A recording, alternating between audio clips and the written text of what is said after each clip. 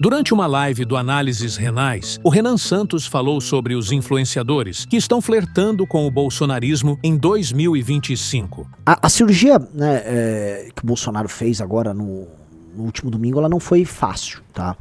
Ele ficou 12 horas, disseram que chegou a ser 13 horas de cirurgia, mais uma complicação ligada à facada que ele tomou, não, uma facada que foi no intestino. Então ele tem graves problemas intestinais até agora.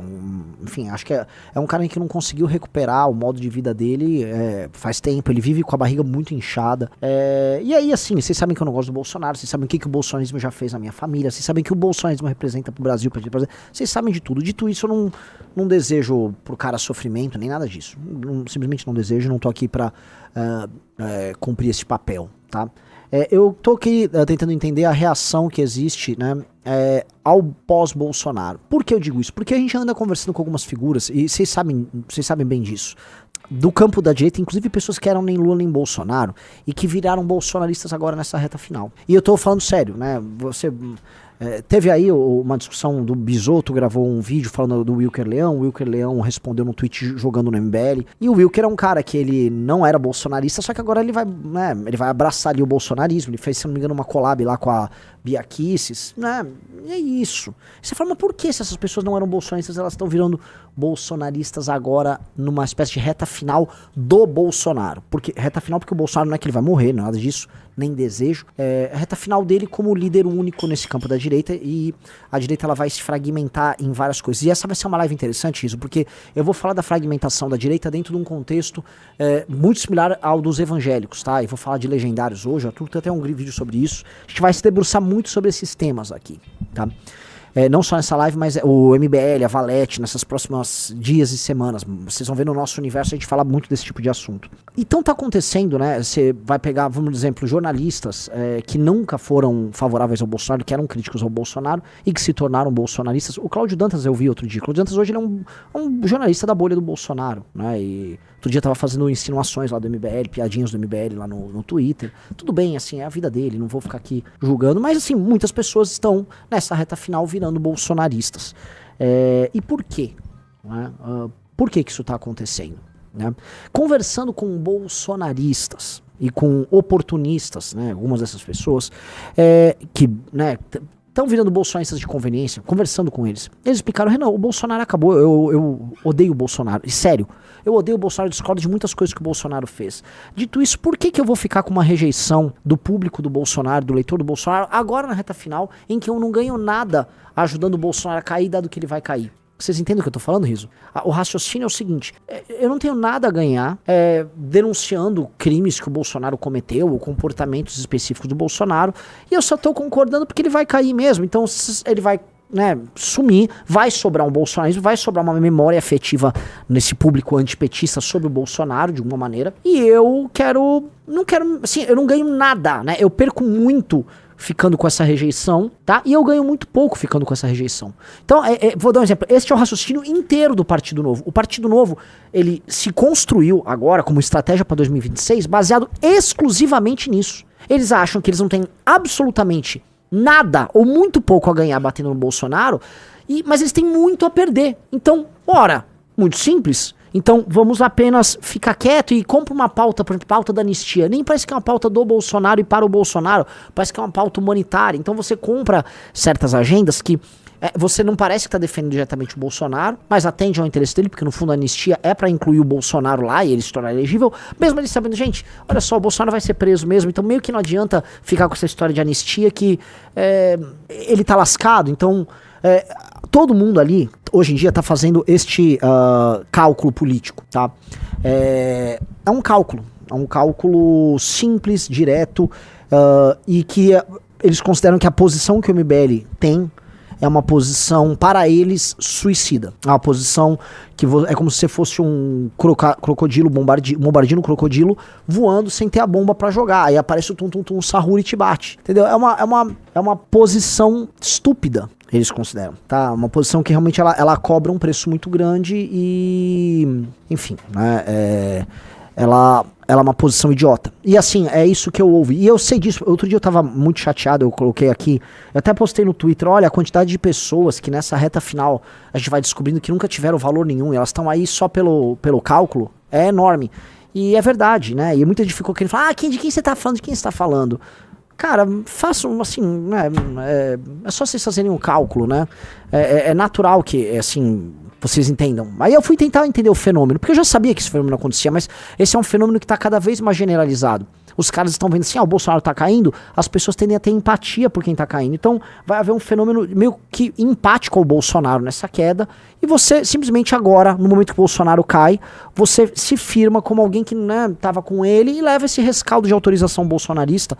É bom te dar público, likes, votos, views, tá? Você leva esse pacote pra casa, certo?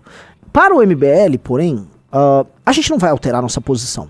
E eu sou bem sincero, bem honesto, a gente não vai alterar a nossa posição, porque, primeiro porque não faz sentido, porque é uma questão valorativa, sabe? Superar o bolsonarismo é uma necessidade se a gente quiser ter algo sério. Ao mesmo tempo, alguém pode objetar, do que adianta vocês tentarem ter algo sério se vocês não chegarão ao poder não sendo bolsonaristas, tá? Só que a recente ascensão de vários prefeitos populares, vocês devem ter visto, era um manga, pra citar um cara que eu falei aí, ele ganhou e foi popular usando redes sem precisar disso. Na verdade, existem muitos meios fora da direita ideológica de internet que lhe permitem ascender e ganhar eleições, e de você ganhando eleições regionais, você ascende nacionalmente. E é uma das razões porque a gente montou um partido. O partido permite que a gente invista em quadros em escala, vamos dizer, nacional. São mais de 5 mil municípios que tem no Brasil, a gente pode formar líderes em todos esses municípios, você pode ter um processo de seleção natural com muito teste AB de modelos de crescimento, para além da polarização estúpida, forma vários líderes, e aí o partido permite que você tenha uma coerência nesse projeto, entenderam?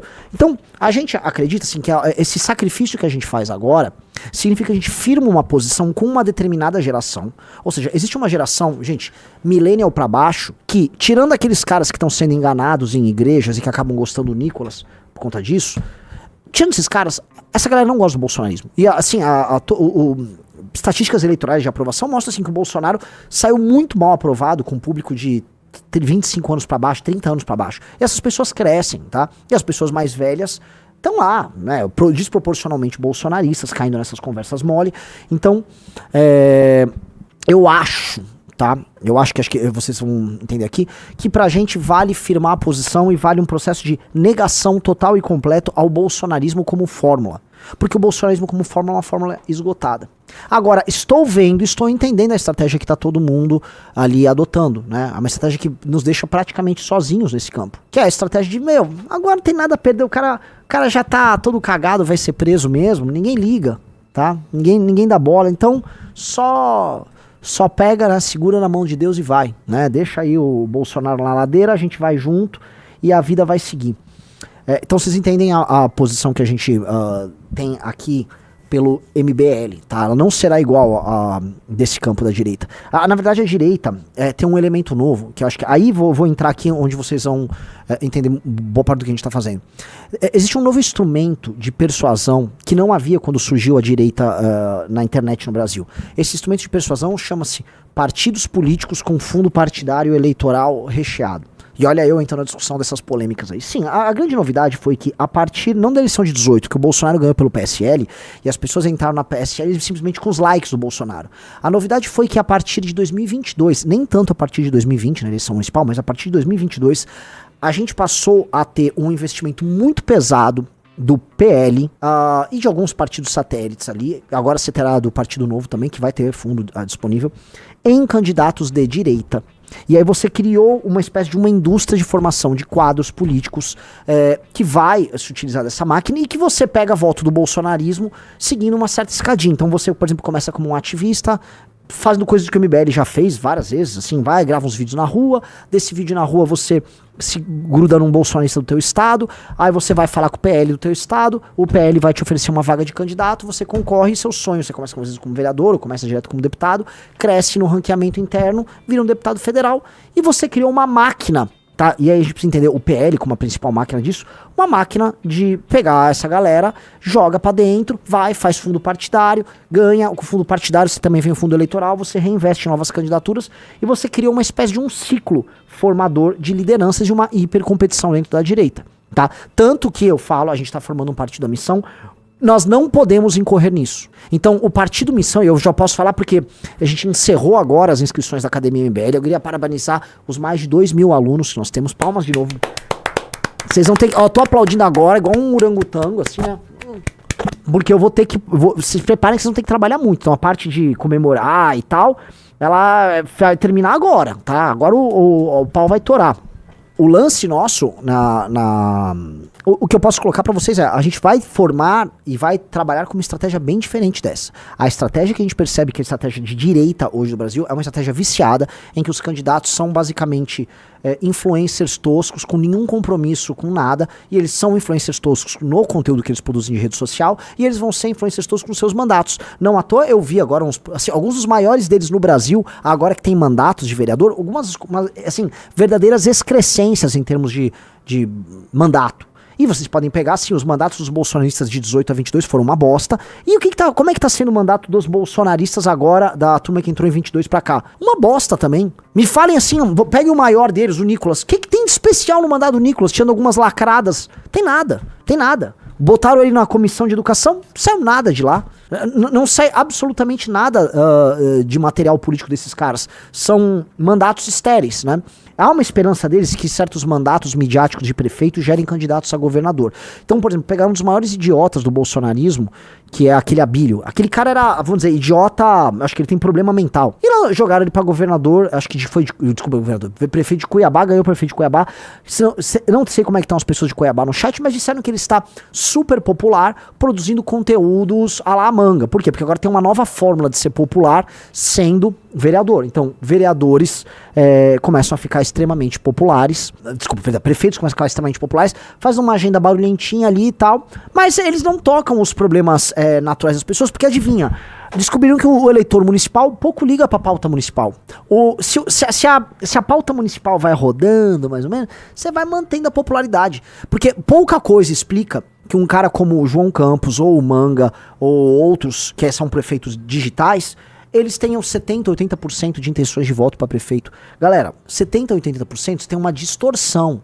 O cara não pode ter sido, assim, tão melhor do que todos os outros prefeitos. E detalhe, materialmente falando, eles não foram. Mas eles são pessoas que são muito hábeis na parte de comunicação. E aí você tem uma distorção. Por quê? Porque se você for muito hábil na parte de comunicação, isso dá menos trabalho e é muito mais efetivo eleitoralmente do que você ser um grande prefeito.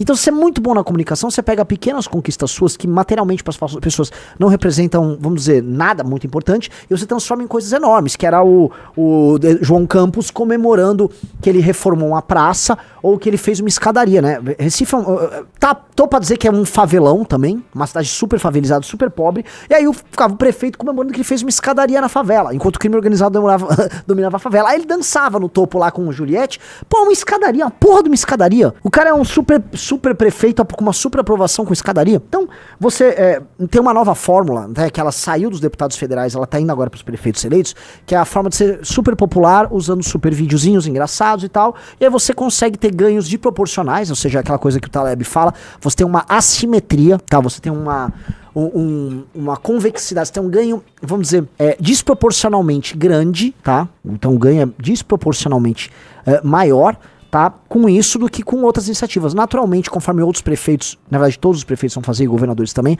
você vai começar a nivelar isso, tá? Mas os primeiros a adotar essa lógica, eles vão ter ganhos desproporcionalmente altos. Então isso vai explicar o Manga, que vocês estão descobrindo depois que, graças a Deus, não precisei falar muito, né? Agora todo mundo descobriu quem é o Manga, né?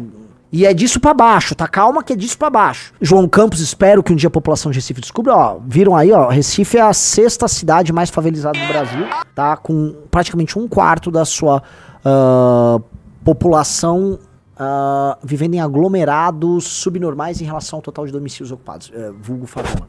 Gabriel, o que o Manga fez de errado? Assista o Análise Renais foi sexta-feira, Riso? Foi. Quinta ou sexta-feira, né?